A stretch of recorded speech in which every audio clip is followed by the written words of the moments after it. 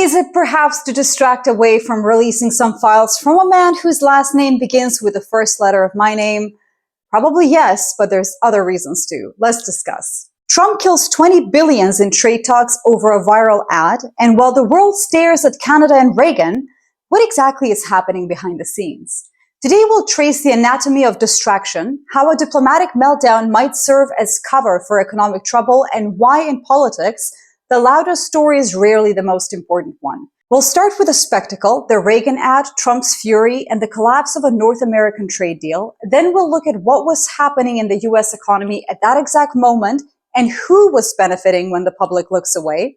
Finally, we'll ask who pays the price for the drama at the top.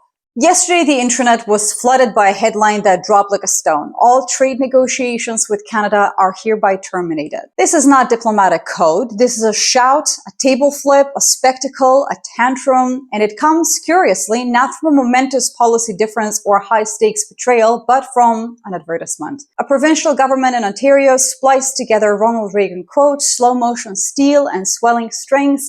Reagan, resurrected on screen, warns of the dangers of tariffs. Within hours, Donald Trump responded, livid. He accused Canada of fraudulently using Reagan's legacy, rails against supposed interference, and in a single Truth Social post, torpedoes months of laborious trade negotiations. The American public and the world watches. How could a viral video made not by Ottawa, but by Queen's Park vaporize $20 billion in cross-border commerce? We discussed all of this at length yesterday, so if you're curious, go ahead and check out that video. I'll link it here. Yet the more interesting question is not what Trump did, it's why now? While headlines fizz and crackle over Reagan and trade, you've got to ask yourself, what exactly aren't we talking about?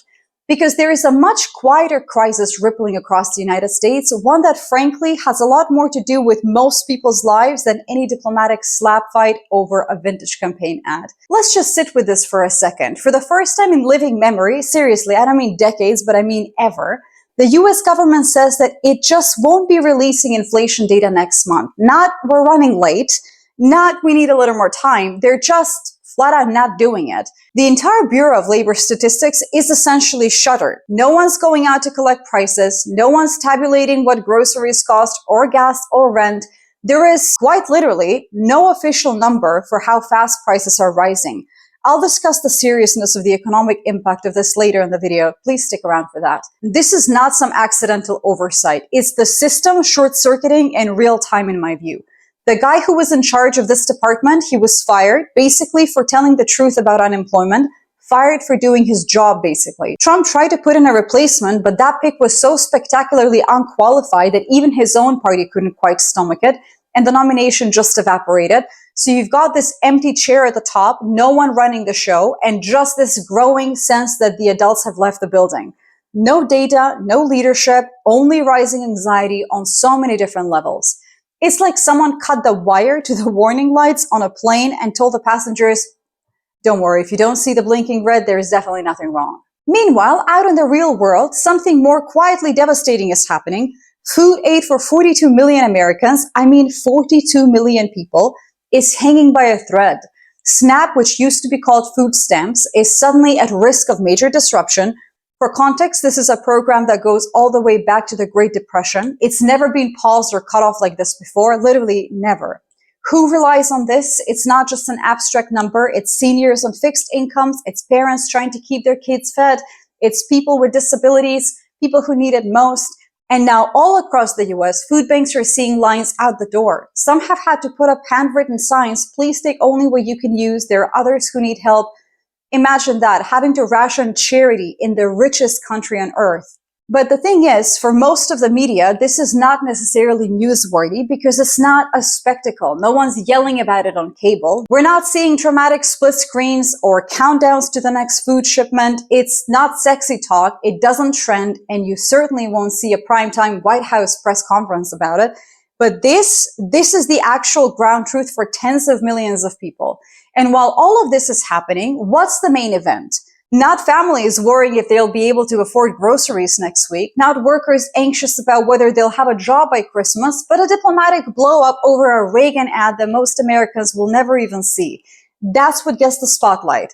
So the spectacle rolls on, cameras flash, statements fly, social media erupts, YouTube has been manic yesterday. But if you step back, it's hard not to see this for what it actually is, a kind of a sleight of hand. Look over here, look at the outrage, look at the drama. Just don't look too closely at the real story happening off stage. Anyway, if this kind of analysis, reading between the headlines, interrogating what's really at stake resonates with you, you might enjoy my upcoming book, Awake, The Practice of Critical Thinking in an Age of Self-Lies. It comes out at the end of October, and if you join the waiting list, you'll get early access on a discounted launch price. If you're even a little curious, now is the time to sign up. The link is below, and if you want to support this kind of deep dive analysis, you can check me out on Ko-fi. Small contributions help keep this stuff free and sharp. So why all of this drama now? Why would a president rage quit international negotiations over a regional ad? Well, consider this. When the numbers look bad, when the country's middle class feels abandoned, when the news about inflation and layoffs cannot be spun, attention must be redirected. It's a very old playbook. Look there, not here. While cameras dissect the fake Reagan ad and Canada's supposed affront, the US quietly announces the highest inflation since January, beef prices soar, gas becomes a luxury, unemployment data is magically missing, delayed, or simply unpublished. Corporate America responds with massive layoffs, Microsoft, Meta, Rival, Target, thousands more out of work. The jobs of the departed silently folded onto those who remain. In Washington, an opulent new White House ballroom is unveiled, rumored to soon bear the name President Donald J. Trump. The cost is anywhere from $100 million to $350 million. No one is quite sure yet. Meanwhile, the Social Secretary Administration releases the smallest cost of living increase in years, about $56 a month. While health insurance premiums climb by 30%, the average car in the US now costs $50,000. For many, the numbers simply just don't add up. Yet to distract, to make drama is to survive politically. Better to start a diplomatic fire than answer for the actual problems at home, right? Let's discuss the economics part of this. It's easy, almost comforting, to write all of this off as just another Trump tantrum, a bit of political theater dialed up for the cameras. But sometimes chaos isn't just random noise. Sometimes it actually serves a specific purpose. And this lack of data is, in my view, a structural risk. Because when the government doesn't release inflation data, we're not just missing a number on some chart, we're flying with the instrument switched off. Let's talk about what that means practically. Every month, the Consumer Price Index, CPI as it's known, tells us how fast prices are rising or falling. It's not just trivia for economists. CPI is the number that shapes how much Social Security gets adjusted, how wage contracts are negotiated, how business plans for next year, and crucially, how the Federal Reserve decides what to do with the interest rate. That's the base interest rate. This one data point is woven through almost every single part of the American economy. So what happens if the Fed, the literal pilot of the US economy, doesn't know whether inflation is cooling off or surging ahead? Suddenly, the central bank is flying blind. Normally, every policy decision, whether to rise or lower interest rates, to slow down the economy or try to goose it back to life, depends on the latest, most accurate data. No CPI means no feedback. It's like trying to land a plane in a storm with the windows fogged up and no radar, basically. And the risk of this is not just theoretical. If the Fed just guesses wrong, if they think inflation is lower than what it actually is, or vice versa, they could set up a whole new round of problems. Raise interest rates too much, and you might tip the country into a recession. Cut rates at the wrong time, and you could pour gasoline on the inflation fire. There is no cushion for error here when you don't actually have the numbers. The ripple effects of this can be huge. Everything from mortgage rates to car loans, from grocery bills to the cost of heating in people's homes. All of it ties back to these specific decisions. Businesses cannot plan investments. Retirees don't know if their checks will keep up with prices. Families can't guess what next month's bill might look like. And the damage goes further. Investor confidence, the thing Wall Street always says it needs most, actually relies on transparency. If nobody trusts the numbers, or worse, if there simply are no numbers, the confidence can evaporate like that. Markets hate uncertainty. They're already volatile enough as it is. But right now, the government is sort of manufacturing it. And that's just the economic impact. There is a deeper, almost demographic danger to switching off the flow of public data. When official inflation numbers go dark, this becomes a matter of trust. It sends a message: either we don't know what's happening, or we don't want you to know. Neither is particularly comforting. So in that context, it makes a kind of cold sense to pivot the conversation elsewhere, to push the drama north, pick a fight with Canada, and let the headlines fill up with someone else's supposed transgression. When the numbers look bad, or when you can't even produce the numbers, you, of course, create spectacle to minimize the damage. Blame the outsider, shut the door on negotiations, raise your voice so no one notices the silence coming from the statistics office. Meanwhile, who pays for this? It's not the politicians, not the people making these moves on Twitter or Truth Social. It's the regular people, the welders, the line cooks, the caretakers, the exhausted retail workers, the nurses who rely on stable prices and steady work to keep their lives together.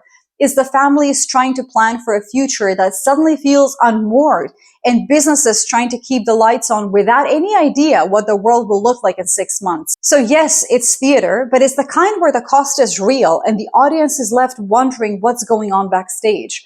When spectacle becomes the medium, reality quietly slips out the side door and most people are far too distracted to actually notice, hence this YouTube video. There's an old sleight of hand in politics. If you do not like the numbers, do not show the numbers. If you cannot win the argument, change the subject. If you're losing at home, start a fight abroad.